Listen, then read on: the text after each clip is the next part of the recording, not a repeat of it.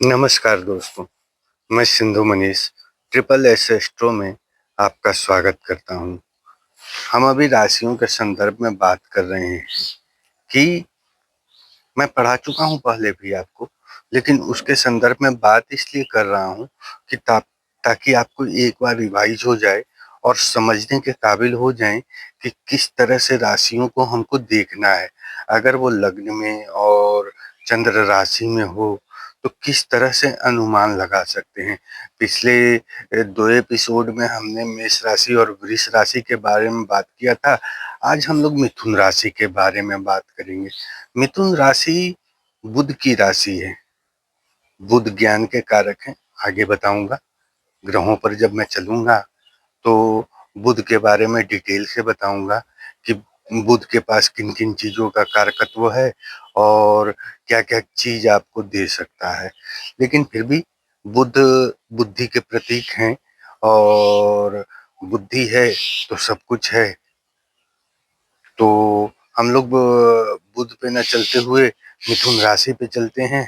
तो मिथुन राशि जो है वो उसका स्वामी तो बुध के पास है, मरकरी जिसको कहते हैं, तो बुध के पास है।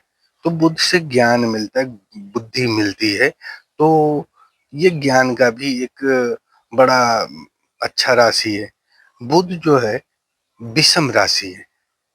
पिछली दफा मैंने आपको बता चुका हूँ कि विषम राशि अर्थात क्रूर राशि, पुरुष राशि, तो स्त्री हो या पुरुष जो भी जातक होगा उसमें क्या होगा, गुण पुरुषत्व के गुण आएंगे, थोड़ी सी क्रूरता आएगी। तो ये मान के चलना है हमको, चाहे वो स्त्री हो या पुरुष हो, तो उसमें पुरुष वाले गुण थोड़े मौजूद रहेंगे। अब बात करते हैं कि ये जो है द्विस्वभाव राशि है। द्विस्वभाव राशि क्या होता है? चर राशि के बारे में आपने पढ़ा था कि परिवर्तनशील है। वो मतलब आप उसके विचारों को परिवर्तित कर देंगे। आप बात करते हैं तो फिर उसके विचारों को वो अपने विचारों को बदल लेगा। एक स्थिर राशि के बारे में आपने पढ़ा था कि वो अपने विचारों पे अडिग रहेगा। वो काम जो भी करेगा सोच विचार के करके करेगा।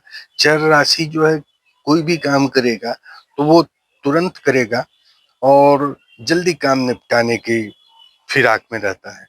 लेकिन डुअल नेचर का स्वभाव जो है वो डुअल टाइप की प्रकृति होती है कि ये काम करूं ये ना करूं। ये मतलब जल्दी भी कर सकता है काम और देर से भी काम कर सकता है। अगर हम बात करें कि निर्णय पे अडिग रहना, तो वो निर्णय पे मतलब परिवर्तनशील भी रह सकता है, अडिग भी रहता है। मतलब पहले वो खड़ा रहेगा कि नहीं मैं नहीं करूंगा, और उसके बाद फिर वो परिवर्तन भी कर लेगा। तो ये डुअल का नेचर होता है। तो वो ये जो डुअल स्वभाव है वो आपको बहुत देखने को मिलेगा, हर चीज में डुअल। लेकिन इनके पास सबसे बड़ी बात ये है कि ये वायु तत्व की राशि के लोग होते हैं। ये अद्भुत कम्युनिकेटर होते हैं। बातचीत की क्षमता विलक्षण होती है। अद्भुत तर्क शक्ति होती है। मतलब नई नई चीजों को सीखने के लिए ये आतुर रहते हैं। मतलब नई चीजें कैसे सीखी जाए, नई चीजों को कैसे इन्वेंट किया जाए। मतलब जब तक ये प्रॉब्लम को सॉल्व नहीं कर लेते हैं तब तक इनको चैन ही नहीं आता है। मैं भी मिथुन राशि का हूँ। मैं जब तक वो प्रॉब्लम को सॉल्व नहीं कर लेता हूँ तब तक मुझे चैन नहीं आता है।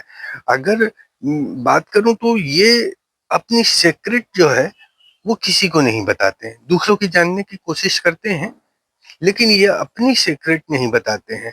ये थोड़े से अड़ियल होते हैं। इनके पास ज्ञान की कमी नहीं है, तो ये बिना मांगे भी सलाह दे देते हैं कि लो ले भैया तू सलाह ले ले। ठीक है।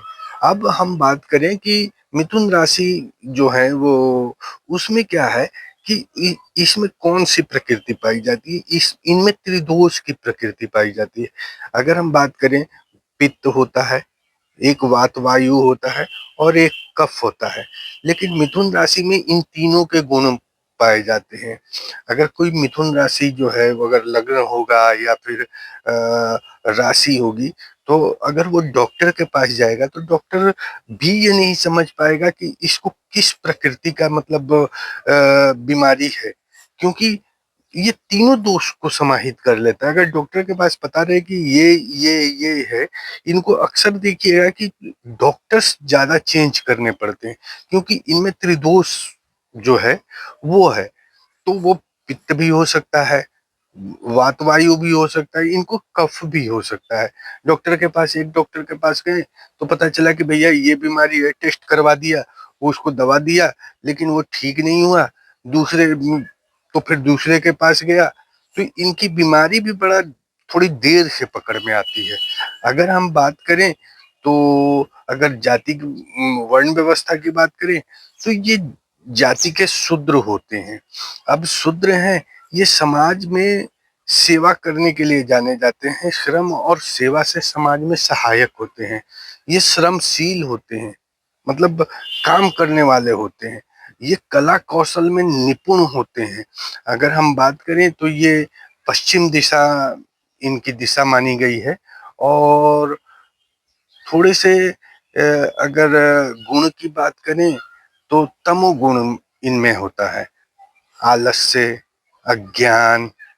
हालांकि ये अज्ञानी नहीं होते, मैं बता रहा हूँ, ये अज्ञानी नहीं होते, लेकिन आलस्य तो रहता है। अगर बात करें तो इसकी आकृति की, तो आकृति स्त्री के हाथ में वीणा है और नृत्य करती मुद्रा है।